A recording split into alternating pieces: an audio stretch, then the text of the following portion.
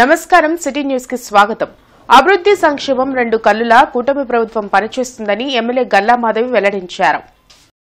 44వ డివిజన్లోని నాయుడుపేటలో ఎమ్మెల్యే గల్లా మాధవి సామాజిక పింఛన్లను పంపిణీ చేశారు. అనంతరం పలువురికి స్మార్ట్ రేషన్ కార్డులు అందజేశారు. ఈ సందర్భంగా ఆమె మాట్లాడుతూ పశ్చిమ నియోజకవర్గంలో సుమారు 60,000 రేషన్ కార్డులు ఉన్నాయని తెలిపారు. స్మార్ట్ కార్డుల వలన లబ్దిదారులు రేషన్ తెచ్చుకునే అంశంలో సౌలభ్యం ఉంటుందని అన్నారు. ఎవరైనా ఆర్థిక స్వావలంబన కలిగిన వారు స్వచ్ఛందంగా పింఛన్లు మానుకుంటే మరికొందరు అర్హులకు ఇచ్చే అవకాశం ఉంటుందని విజ్ఞప్తి చేశారు. ఈ కార్యక్రమంలో డివిజన్ కార్పొరేటర్ బుజ్జి, కూటమి ముఖ్య నేతలు పాల్గొన్నారు. కూటమి ప్రభుత్వం ఏర్పడినప్పటి నుంచి కూడా డెవలప్మెంట్ మీద ఎంత ఫోకస్ చేస్తున్నామో సంక్షేమాన్ని కూడా ఎక్కడా వీడకుండా చాలా ప్రతిష్టాత్మకంగా ఒక ట్రాన్స్పరెన్సీతో ముందుకు వెళ్తూ ఉన్నాము. దాదాపు మన పశ్చిమ నియోజకవర్గం తీసుకుంటే 90,000 లబ్ధిదారులు మనకి కనిపిస్తూ ఉన్నారు. సో ఎక్కడా కూడా ఈ యొక్క నిష్పక్షపాత ధోరణితో ఈ పెన్షన్ పంపిణీ కానివ్వండి, రైస్ కార్డు పంపిణీ కానివ్వండి చేస్తూ ఉన్నాము. చాలా సంతోషం. అయితే అనర్హులు ఎప్పుడు కూడా నేను చెప్తూ ఉన్నాను, అనర్హులు ఎవరైనా ఉంటే స్వచ్ఛందంగా వాళ్లే విత్డ్రా అవుతే చాలా బాగుంటుంది. దయచేసి ఎవరైనా మాకు అవసరం లేదు, మా స్థితిగతులు బాగున్నాయి, మా పిల్లలు మమ్మల్ని బాగా చూసుకుంటారు అనే ఆలోచన కనుక ఉన్నవాళ్ళు స్వచ్ఛందంగా వాళ్లే మాకు ఈ పెన్షన్ అవసరం లేదు అని చెప్తే వాళ్ళు నిజంగా ఒక బాధ్యతాయుతమైన పౌరుడిగా మనం వాళ్ళని అభినందించాల్సిన అవసరం ఉంది. ఇంటర్నెట్ చరిత్రలో సంచలనం సిటీ బ్రాడ్బ్యాండ్. ఇప్పుడు ఇంటింటికి ఇంటర్నెట్, సిటీ నుంచి గ్రామం వరకు అదే స్పీడ్. మీరు ఈ రోజే సిటీ బ్రాడ్బ్యాండ్ కుటుంబంలో చేరండి.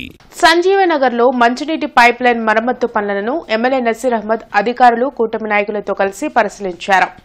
వాటర్ పైప్ లైన్లు పెద్దవి వేయడం ద్వారా గుంటూరు పశ్చిమ నియోజకవర్గంలోని హెచ్ఎల్ఆర్ పాయింట్లకు ఎక్కువగా నీటిని పంపింగ్ చేసే అవకాశం ఉంటుందని ఎమ్మెల్యే తెలిపారు. భవిష్యత్తులో ప్రజలు త్రాగునీటి సమస్యను ఎదుర్కోకుండా తగు చర్యలు తీసుకోవడం జరుగుతుందని వివరించారు. పెద్ద ఎత్తున నగరంలో నీటి కష్టాలన్నీ కూడా తొలగించేటువంటి విధంగా ఏదైతే నెహ్రూ నగర్ వాటర్ ట్యాంక్స్ నుంచి తక్కలపాటి నుంచి వచ్చేటువంటి వాటర్ డైరెక్ట్గా నెహ్రూ నగర్కి వస్తాయి. నెహ్రూ నగర్ నుంచి వచ్చినటువంటి వాటర్ని హెచ్ఎల్ఆర్కి డైవర్ట్ చేస్తూ ఆ ప్రాంతంలో అటు పక్కన ఉన్నటువంటి విద్యానగర్ కానీ, ఏటీ అగ్రహారం కానీ చుట్టుపక్కల ఉన్నటువంటి ప్రాంతానికి ప్రతిరోజు కూడా అవసరమైనంత వరకు మంచినీళ్ళు అందుబాటులో తీసుకుని వచ్చేటువంటి ప్రయత్నం ఈరోజు జరిగింది. తప్పకుండా ఇది ఒక మంచి రోజు. నగరంలో నీటి కష్టాలను పూర్తిగా నిర్మూలించడానికి ఒక సువర్ణ అవకాశం. స్నేహ యూత్ ఫ్రెండ్ సర్కిల్ ఆధ్వర్యంలో గణేష్ మహోత్సవాలు నాయుడుపేటలో జరుగుతున్నాయి. గత 24 సంవత్సరాలుగా అమరావతి రోడ్లోని నాయుడుపేటలో గణపతి నవరాత్రి ఉత్సవాలు నిర్వహిస్తున్నామని కమిటీ సభ్యులు తెలిపారు. ప్రతిరోజు విశేష పూజలు నిర్వహిస్తున్నట్లు చెప్పారు. బుధవారం భక్తులకు అన్న సంతర్పణ కార్యక్రమం, శనివారం స్వామివారి నిమజ్జనం జరుగుతుందని ప్రతి ఒక్కరూ పాల్గొని జయప్రదం చేయాలని కోరారు. స్నేహ యూత్ ఫ్రెండ్ సర్కిల్ ఆధ్వర్యంలో గత 24 సంవత్సరాలుగా అంగరంగ వైభవంగా గణేష్ ఉత్సవాలు జరుగుతున్నాయండి. అలాగే మనం 3వ తారీఖు బుధవారం 5,000 మందికి అన్నదాన కార్యక్రమం జరుపుకుంటున్నాము. అలాగే 6వ తారీఖు శనివారం నిమజ్జన కార్యక్రమం పెట్టుకున్నామండి. కాబట్టి భక్తులందరూ విచ్చేసి ఈ యొక్క ప్రోగ్రాన్ని జయప్రదం చేయవలసిందిగా కోరుచున్నాము. కలెక్టరేట్లో ప్రజా సమస్యల పరిష్కార వేదిక కార్యక్రమం జరిగింది. జిల్లా నలుమూలల నుంచి వచ్చిన బాధితులు తమ సమస్యలు పరిష్కరించాలంటూ కలెక్టర్ నాగలక్ష్మికి వినతులు అందించారు. ప్రతి సోమవారం కలెక్టరేట్లో నిర్వహించే ప్రజా సమస్యల పరిష్కార వేదికకు బాధితులు బారులు తీరారు.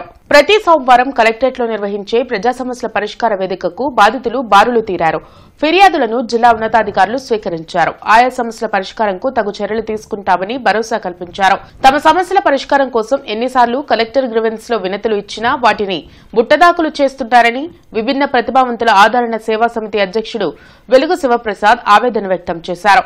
చుట్టుప్రక్కల ప్రాంతాల గ్రామాల్లోని పొలాలు వరదలతో మునిగిపోతూ ఉంటే జొన్నలగడ్డ గ్రామంలో నీరు లేక 500 ఎకరాల వరి పంట ఎండిపోయిందని ఏపీ రైతు సంఘం జిల్లా కార్యదర్శి కంచుమట్టి అజయ్ కుమార్ వెల్లడించారు. లాబ్ నుంచి వస్తున్న కాలువలో పూడిక, తూటి కాడలను తొలగించకపోవడం వలన జొన్నలగడ్డ పొలాలకు నీరు అందడం లేదని కలెక్టర్ పట్టించుకుని రైతులను ఆదుకోవాలని కోరారు. ఆ చట్ట ప్రకారం 3 నెలలకు ఒకసారి అధికారులతో మీటింగ్ ఏర్పాటు చేయమని చెప్పి ఇప్పుడున్న ఏఎస్ అధికారులకి ఇద్దరికి, భార్గవ్ తేజ గారికి, కలెక్టర్ గారికి ఇద్దరికి చెప్పి ఉన్నామండి. అవి ఎన్నిసార్లు చెప్పనియండి, అవి అత్తే ఆ లెటర్లు తీసుకుంటున్నారు, చెత్తకుప్పలలో పడేస్తున్నారు. మా సమస్యలు మాత్రం పరిష్కరించడం లేదు. ప్రత్యేక గ్రీవెన్స్ ఏర్పాటు చేయమని చెప్పాము. నెలకి 4 సార్లు నార్మల్ పర్సన్స్ ఉంటే వికలాంగులకి నెలకు ఒకసారి ఏర్పాటు చేయలేరా? మీరు పెట్రోల్ ఎలివెంట్స్ 3 సంవత్సరాలైంది బడ్జెట్ వచ్చి, మీరు వికలాంగులు ఏడీ గారు ఉన్నారు, ఆమె కూడా జిల్లా అధికారి, ఆమె దగ్గరికి ఒక నోటీసు పంపించలేరా? వికలాంగుల పనులు ఏమైనాయి అని చెప్పి మీరు అడగలేరా? గుంటూరు రూరల్ జొన్నలగడ్డ గ్రామంలో 500 ఎకరం నీరు లేక ఎండిపోతున్నాయి. చాలా దారుణమైన పరిస్థితి, విచిత్రమైన సంఘటన అన్నమాట. అంటే లాము నుంచి ఒక కాలువ పారత జొన్నగడ్డ వరకు వెళ్ళిపోద్ది. దాదాపు 4 కిలోమీటర్లు లామ్ డ్రాప్ నుంచి పారుతున్న కాలువ 4 కిలోమీటర్ల పొడవును కూడా మొత్తం తూటికాడ, జమ్ము, రెల్లు మొత్తం పేరకపోయి 500 ఎకరం వరి ఎండిపోయే పరిస్థితి వచ్చింది. దానికి సంబంధించి నీటి సంఘాల అధ్యక్షులు పదే వినతి పత్రాలు ఇచ్చారు, ఎమ్మెల్యేని కలిచారు. ఇంతవరకు దానికి సంబంధించిన పూడికి తీల దాదాపు ఎకరానికి 15,000 రూపాయలు ఖర్చు పెట్టారు. కౌలు అదనంగా 25,000 రూపాయలు ఖర్చు అయింది. దాదాపు 40,000 ఖర్చు అయితే ఇప్పటి వరకు అధికారులు పట్టించుకోలేదంటే ఇంతకన్నా దారుణం ఇంకోటి ఉండదు. పొత్తూరు వారి తోటలో పలు అభివృద్ధి కార్యక్రమాలకు ఎమ్మెల్యే నసీర్, డిప్యూటీ మేయర్ సజ్జిలా భూమి పూజ చేశారు. 70 లక్షల రూపాయల వ్యయంతో సీసీ రోడ్లు, డ్రైన్లను నిర్మించనున్నట్లు నసీర్, సజ్జిలా తెలిపారు. గుంటూరు తూర్పు నియోజకవర్గాన్ని అన్ని విధాల అభివృద్ధి చేయడంతో పాటు ప్రజలకు మౌలిక వసతులు కల్పించాలనే లక్ష్యంతో తాము పనిచేస్తున్నట్లు చెప్పారు. ప్రతిరోజు ప్రజలకు సురక్షితమైన మంచినీటిని సరఫరా చేసేందుకు అధికారులతో సమన్వయం చేసుకుంటూ ముందుకు వెళ్తున్నట్లు వివరించారు. కార్యక్రమంలో మాజీ డిప్యూటీ మేయర్ గౌస్, ఇతర నాయకులు పాల్గొన్నారు. అజ్మీర్ హోటల్ అలాగే పొత్తూరు వారి తోట అన్ని లైన్లు కూడా సీసీ రోడ్లతో పాటు డ్రైన్స్ని ఏర్పాటు చేసి ముఖ్యంగా ట్రాఫిక్ రద్దీగా ఉండేటువంటి ప్రాంతాల్లో ఎంతవరకు మాస్టర్ ప్లాన్ ప్రకారం రోడ్డు ఉందో అంతవరకు డ్రైన్ టు డ్రైన్ రోడ్ని ఏర్పాటు చేసేటువంటి కార్యక్రమం. గతంలో అనేక రకాలుగా రోడ్లు, చిన్న రోడ్లు కూడా ఇవ్వకుండా 2004-9 మధ్యలో వేసిన రోడ్లు తప్ప ఇప్పటి వరకు ఎక్కడ కూడా ఒక తట్టమట్టి కూడా వేసినటువంటి పరిస్థితులు లేవు. ఇప్పుడు ఈ ప్రాంతంలో ఉన్నటువంటి కార్పొరేటర్ గారు, డిప్యూటీ మేయర్ గారు అలాగే స్థానిక కూటమి నాయకులందరూ కూడా కలిసి పెద్ద ఎత్తున అభివృద్ధి కార్యక్రమాలు చేస్తున్నటువంటి పరిస్థితులు ఉన్నాయి.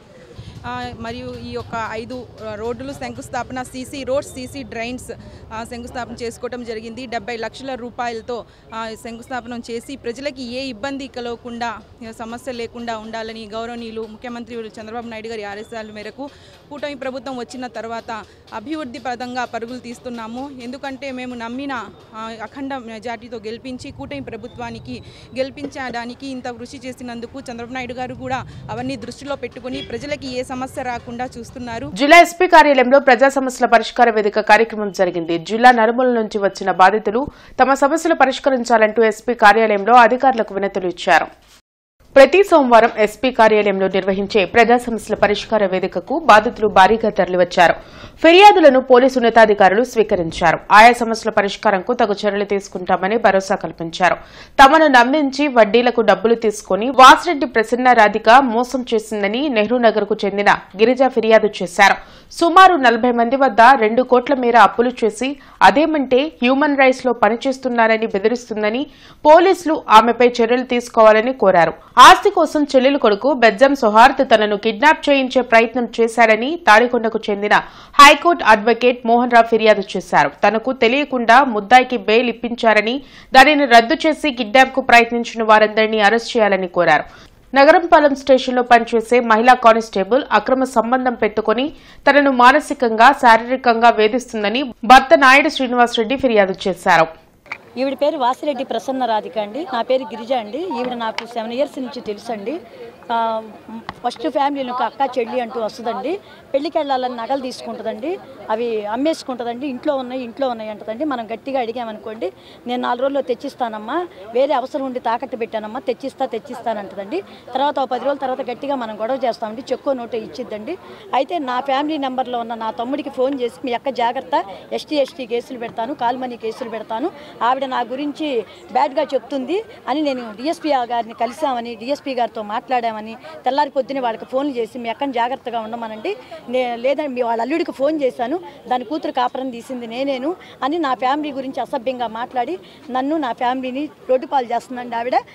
బెజ్జం సౌహార్ద్ అనే అతను మా చెల్లెలు కొడుకే. మా చెల్లెలు వాళ్ళిద్దరు కలిసి నా కొడుకు చనిపోతే, సాఫ్ట్వేర్ ఇంజనీర్ లండన్లో చేసి చనిపోతే డబ్బులు ఉన్నాయి, నేను హైకోర్టులో ప్రాక్టీస్ చేస్తున్నా, నాకు డబ్బులు వస్తున్నాయి, ఎవరు లేరని చెప్పి ఈ డబ్బు అంతా నువ్వు ఏదో ఆ సంస్థలకు అటుకి ఇస్తూ ఉంటాను, చందాలు ఎడ్యుకేషన్ పిల్లలు చదువుకున్నాను, మాకు ఎందుకు ఇవని చెప్పి నన్ను బ్లాక్మెయిల్ చేస్తే డబ్బులు వస్తాయని నన్ను చేయడానికి నా ఇంటి మీదకి వచ్చారండి 14/7 తారీఖున.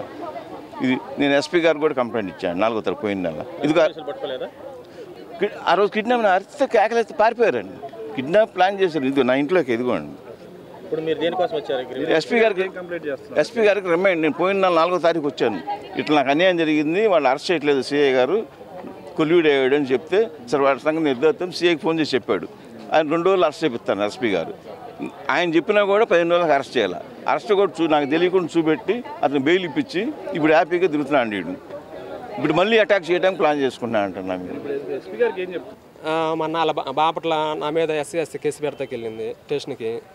అల్లోళ్ళు సంబంధం లేని విషయాలు మామూలుగా నార్మల్గా మాట్లాడుకున్న వీడియోలు అదే ఫోన్ చేసి మా తమ్ముడికి పలానోళ్ళు ఇలా తిరుగుతున్నా అంటే సీను అరే వాళ్ళ గురించి మాట్లాడి వెళ్ళింది. సరే వాళ్ళకి ఆపరాలు పోతే నేను వెళ్ళా. ఆడికెళ్తే కాలరా పట్టుకుంది. కాలరా పట్టుకునే వారికి కాలరా పట్టుకుని 2 గుద్దులు గుద్దింది. గుద్దంగా ఒక దెబ్బ వేసినాను. ఇంకా డైరెక్టర్గా మా తమ్ముడిని మా అమ్మని పట్టుకొని వాళ్ళకి విషయం తెలియదు తీసుకొని బాపట్ల స్టేషన్కి వెళ్ళింది, రూరల్ స్టేషన్కి వెళ్ళి నా మీద ఎస్సీ కేసు తీసుకుంటారా తీసుకురని అక్కడ చాలా హరాస్మెంట్ చేసిందంట. నెహ్రూ నగర్ లో యూనిక్ ఫ్రెండ్స్ సర్కిల్ ఆధ్వర్యంలో 22వ గణపతి మహోత్సవాలు ఘనంగా కొనసాగుతున్నాయి. స్థానిక భక్తులు ప్రత్యేక పూజల్లో పాల్గొని స్వామివారిని దర్శించుకున్నారు. ఈ నెల 6వ తేదీన లంబోదరుడి నిమజ్జనాన్ని నిర్వహించనున్నట్లు కమిటీ ప్రతినిధులు తెలిపారు. అదేవిధంగా ఈరోజు 1వ తారీఖున సాయంత్రం 5 గంటలకు మహిళలకి ముగ్గులు పోటీలు, అలాగే చిన్నపిల్లలకి ఆటల పోటీలు చేయబడుతున్నాము. అదేవిధంగా శనివారం 6వ తారీఖున మధ్యాహ్నం 2 గంటలకు భారీ నుంచి అతి భారీ నిమజ్జన కార్యక్రమం ఉండిద్ది. స్వామివారి అంగరంగ వైభవంగా నిమజ్జన కార్యక్రమానికి బయలుదేరతారు. కావున 51 మంది భక్తులు విచ్చేసి శనివారం మధ్యాహ్నం జరగబోయే నిమజ్జన కార్యక్రమానికి వచ్చి స్వామివారి యొక్క అనుగ్రహం పొంది స్వామివారి కృపకు పాత్రలు కావాల్సిన కోరుతున్నాము. గుంటూరు తూర్పు నియోజకవర్గంలో సామాజిక పెన్షన్ల పంపిణీ కార్యక్రమం ఉత్సాహంగా జరిగింది. ఎమ్మెల్యే నసీర్ అహ్మద్ ఇతర టీడీపీ నాయకులు పాల్గొని అర్హులకు పెన్షన్లను పంపిణీ చేశారు. దేశంలో ఏ రాష్ట్రంలో ఇవ్వని విధంగా సామాజిక పెన్షన్లను సీఎం చంద్రబాబు అందిస్తున్నారని నసీర్ అన్నారు. గత వైసీపీ ప్రభుత్వం అనర్హులకు పెన్షన్ ఇస్తే వారిని గుర్తించి చర్యలు తీసుకుంటుంటే తప్పేంటని ప్రశ్నించారు. రాబోయే రోజుల్లో అర్హత ఉన్న ప్రతి ఒక్కరికి సామాజిక పెన్షన్ అందిస్తామని స్పష్టం చేశారు. దేశంలో ఏ రాష్ట్రంలో లేనటువంటి విధంగా అత్యధిక మొత్తాన్ని ఈరోజు పెన్షన్ రూపంలో ఇస్తున్నటువంటి ప్రభుత్వం కూటమి ప్రభుత్వం. ముఖ్యంగా మనందరికీ కూడా తెలుసు, దాదాపు 10,000 కోట్ల రూపాయలతో ప్రతి నెల 3,000 కోట్లతో, అలాగే సంవత్సరానికి 36,000 కోట్ల రూపాయలతో పెన్షన్ల పంపిణీ కార్యక్రమాన్ని ప్రభుత్వం చేస్తూ ఉంది. రాబోయేటువంటి రోజుల్లో అర్హత కలిగినటువంటి ప్రతి ఒక్క తల్లికి కూడా ఈ ఏదైతే పెన్షన్లు అవసరమైనటువంటి ప్రతి ఒక్కరు కూడా తప్పకుండా అందిస్తామని చెప్పి కూడా ఈ సందర్భంగా తెలియజేస్తా ఉన్నాం. ఆంధ్రప్రదేశ్ ను అన్ని విధాల అభివృద్ధి చేయగల సత్తా ఒక్క చంద్రబాబుకే ఉందని టీడీపీ జిల్లా కార్యదర్శి ఎర్రగొప్పు నాగేశ్వరరావు అన్నారు. తొలిసారి ముఖ్యమంత్రిగా చంద్రబాబు ప్రమాణం చేసి 30 ఏళ్లు పూర్తయిన సందర్భంగా నెహ్రూ నగర్లోని వినాయక విగ్రహానికి ప్రత్యేక పూజలు నిర్వహించారు. దేవుడి ఆశీస్సులతో చంద్రబాబు ఆంధ్ర రాష్ట్రాన్ని మరింత అభివృద్ధి చేయాలని ఆకాంక్షించారు. గత 30 సంవత్సరాల క్రితం అంటే 1/9/1995 సంవత్సరం ఆంధ్ర రాష్ట్రానికి, ఉమ్మడి ఆంధ్ర రాష్ట్రానికి ముఖ్యమంత్రిగా చంద్రబాబు నాయుడు గారు ప్రమాణ స్వీకారం చేయడం జరిగింది. ఈ రోజున మరి ఈరోజు 30 సంవత్సరాలు అయింది. 4 సార్లు ఆంధ్ర రాష్ట్రాన్ని ముఖ్యమంత్రి చేసిన చంద్రబాబు నాయుడు గారిని మనం చిరకాలం గుర్తుండేట్టుగా మన చిరస్థాయిగా వారి యొక్క మన ఆంధ్ర రాష్ట్రానికి వారు ఉమ్మడి ఆంధ్ర రాష్ట్రానికి వారు చేసిన సేవలు మరుపురానివి. మరి సైబరాబాద్ కానీ, మరి హైటెక్ సిటీ కానీ ఆ రోజున ఆయన ప్రారంభించడం జరిగింది. అందుకని ఆయన 30 సంవత్సరాలు పూర్తయిన సందర్భంగా ఈ రోజున నెహ్రూ నగర్ 6లో వేంచేసి ఉన్నటువంటి శ్రీ వరసిద్ధి వినాయక ఫ్రెండ్స్ సర్కిల్ వారి 11వ ఇంటర్నెట్ చరిత్రలో సంచలనం సిటీ బ్రాడ్బ్యాండ్. ఇప్పుడు ఇంటింటికి ఇంటర్నెట్, సిటీ నుంచి గ్రామం వరకు అదే స్పీడ్. మీరు ఈ రోజే సిటీ బ్రాడ్బ్యాండ్ కుటుంబంలో చేరండి. వేమూరు నియోజకవర్గం అమర్తలూరు మండలం ఇంటూరు గ్రామంలో ఎమ్మెల్యే నక్కా ఆనందబాబు ఇంటింటికి తిరిగి లబ్ధిదారులకు ఎన్టీఆర్ భరోసా పింఛన్ను అందజేశారు. ఆంధ్రప్రదేశ్ ప్రభుత్వం ప్రజల సంక్షేమం కోసం అమలు చేస్తున్న ఎన్టీఆర్ భరోసా పింఛన్ల పథకం వృద్ధులు, వికలాంగులు, వైధవ్యం పొందిన వారు మరియు పేద వర్గాలకు ఆశీర్వాదంగా మారిందని తెలిపారు. ప్రతి నెల 1వ తేదీన పింఛన్లు లబ్ధిదారులకు నేరుగా ఇంటింటికి వెళ్లి అందజేయడం జరుగుతుందని తెలిపారు. వృద్ధాప్యంలో ఆదాయ వనరు లేని వారికి ఈ పథకం ఆర్థిక భరోసా కలిగిస్తుందన్నారు. రాష్ట్ర వ్యాప్తంగా లక్షలాది కుటుంబాలకు ఇది జీవన భద్రతను కలిగిస్తుందన్నారు. పేద ప్రజలకు ఆర్థిక భారం తగ్గి గౌరవప్రదమైన జీవనానికి ఈ పథకం తోడ్పడుతుందని తెలిపారు. ఈ కార్యక్రమంలో అమర్తూరు మండలం ప్రభుత్వ అధికారులు, సచివాలయ సిబ్బంది, తెలుగుదేశం పార్టీ కూటమి నాయకులు, కార్యకర్తలు అధిక సంఖ్యలో పాల్గొన్నారు.